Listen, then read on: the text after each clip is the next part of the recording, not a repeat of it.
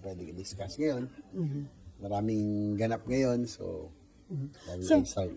Sir, unahin ko, finally yung House, inapprove na nila yung daily minimum wage bill. Kaya lang malaki yung difference between yung version ng Senate at House. Sa Senate, 100 peso. Sa House, 200 peso. So, napag-usapan na ba ng Senate paano i-address yung magkaibang version? Kung through BICAM or may plano ang Senate na i-adapt na lang yung House version?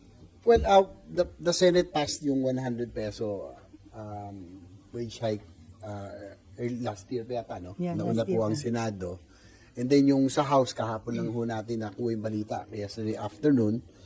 So hindi pa namin napag-usapan on how to go about it, pero malaking difference. So 100 pesos and 200 pesos. So siguro before we adjourn, siguro kung abot to, kung kailangan mag-BICAM, sabi naman kung ano yung in my personal position, if whatever we can give to the laborers, bigay natin, no? Kasi yung inflation natin, sobrang taas na rin ng bilihin ngayon.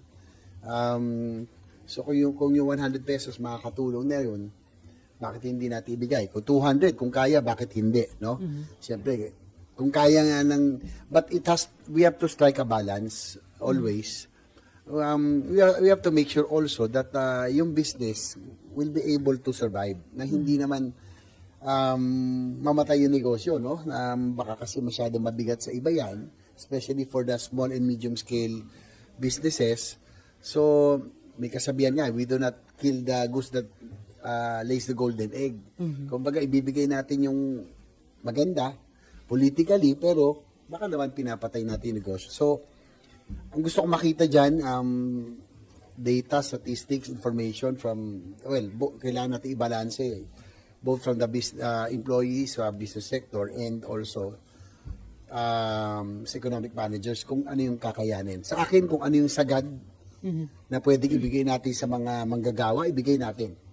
Especially with the rising prices of commodities, no? Yung 100 pesos, ano na lang ba mabibili mo niyan? Pero kahit paano, sa pang-araw-araw, makatulong at makadagdag yan.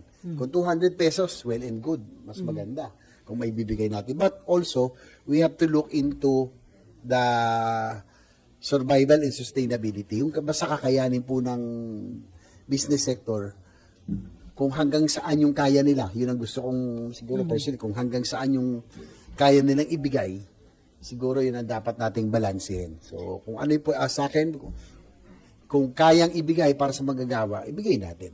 So sa tingin ninyo, may nakausap ba kayo sa business sector? Kung alin sa kanila yung mas acceptable, yung 100 o yung 200? O alin ba? Meet sa gitna, 150? Well, sa ngayon, wala pa dahil kahapon lang lumabas yung sa House version. No? And marami akong, siyempre mga feedback na nakikita natin, yung natatakot yung mga small and medium scale, baka hindi raw nila kayanin. But yun nga yung gusto natin makuha, no? I know we do not have time. We only have 3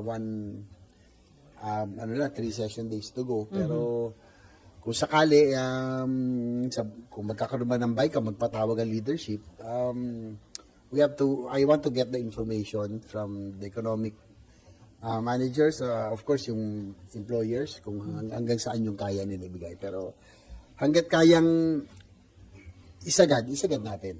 Yung kaya ibigay. If it's 100, if 150, kung 200, bakit hindi natin ibigay? Pero sir, kagabi, hindi pa ito napag-usapan kung ano yung magiging stand ng Senate, kung mas gustong mag-BICAM o i-adapt yung... Well, napag-usapan din yan because we are pressed for time, no? Dahil marami pa tayong mga priority measures that are up for approval na hinahabol natin. Well, pag-usapan, sabi nila, ba't di na natin adapt yung sa kanila para matapos Yung na. 200. But siguro, we have a few days to consult kung sino man pwede natin makonsulta. Right now, wala pa namang stand of position ang leadership. Wala pa namang nasabi. Pero, kasi kahapon lang ng hapon to no? Na lumabas nabasa ko lang sa social media rin, sa news, yung pagpasa ng 200 pesos sa wage hike sa House. Pero personally, sa tingin nyo, mayroon ng pangangailangan kaya dapat may maipasang batas, may madala sa Malacanang nalalagdaan ng Pangulo, sir? With the rising prices, with the inflation at present, sa tingin ko, kinakailangan na talaga magkaroon ng wage hike. Be it 100, 150, 200, kung ano po yung kayang ibigay na po natin. Because sabi ko nga ngayon yung 100 pesos, di ba, ano ba mararating yan, di ba? Pero kung maidadagdag man lang natin sa pang-araw-araw, palagi ko, malaking bagay din po yun. So yung amendment sa UHC law, anong status ba nun? May BICAM? Supposedly, schedule tayo Monday, no? Ng BICAM. Ng BICAM. Kaya lang maraming concerns kasi yung mga Philippine Medical Association, yung mga iba't ibang association ng mga medical practitioners. Kasi po yung House version, marami silang mga provisions, no, na idinagdag, no? Pero sa Senate version, basically, it's just adjusting the premium contributions, no? Kasi nga po, ang rationale doon, ako po ang principal author nito, because when we were drafting the Universal Healthcare Law 2017-2018, pinirmahan po ito 2019, nobody foresaw the pandemic coming. Wala na yung pong mga data, yung mga projections at that time, yung pong pagtaas ng yung pag-set ng premium contribution at that time were based on prevailing circumstances. At that time, maganda ho ang takbo ng ekonomiya natin, ng Pilipinas, ng world economy. So, all the data were based on those information during the prevailing period. So, wala naman ho nakapredict ng pandemic, and we deemed it proper that kahit na 2025 na, marami pa rin hong nagre-recover pa rin.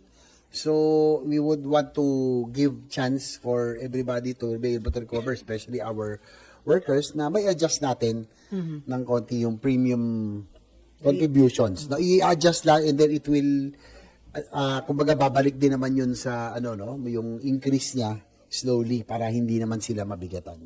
Magkapareho ba yung naipasa sa House? O malaking difference? Sa House ba ilang percent? Yung sa Senate kasi proposal namin noong una sa akin 4%, no? Kasi 5% na siya ngayon.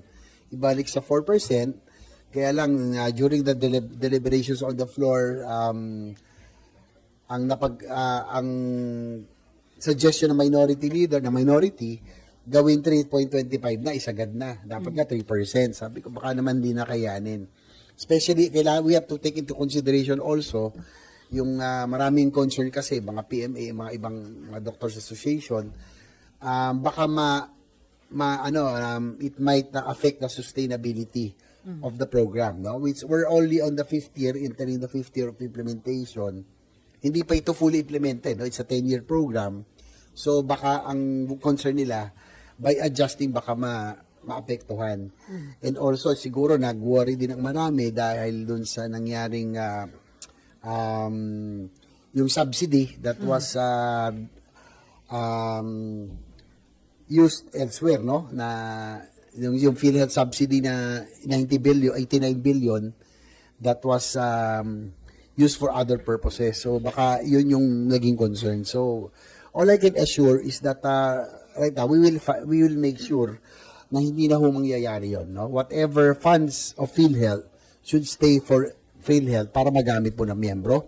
We have to increase the benefit packages. We have to improve. I'm quite positive right now with the new PhilHealth head kay Dr. Mercado na talagang yun ang sabi namin. Sabi ko, as the principal author and sponsor of the Universal Healthcare Law, our aim is to lower the out-of-pocket expense of every Filipino. Sana naman, under his leadership, we will now be able to increase yung pong contribution, benefits, and also yung participation, no, ng PhilHealth. Napaka-importante kasi tinignan ko nga, nakakalungkot, no, na on the average, the past 3 years, 18% lang ang participation ng PhilHealth sa mga medical expenses for hospital bills. Meron pa nga 5%, 2%, no? Pag 100,000, ilan lang yung sinasagot ng PhilHealth. Sabi namin, paalala namin, you are not a private corporation. Bakit nyo tinitipid?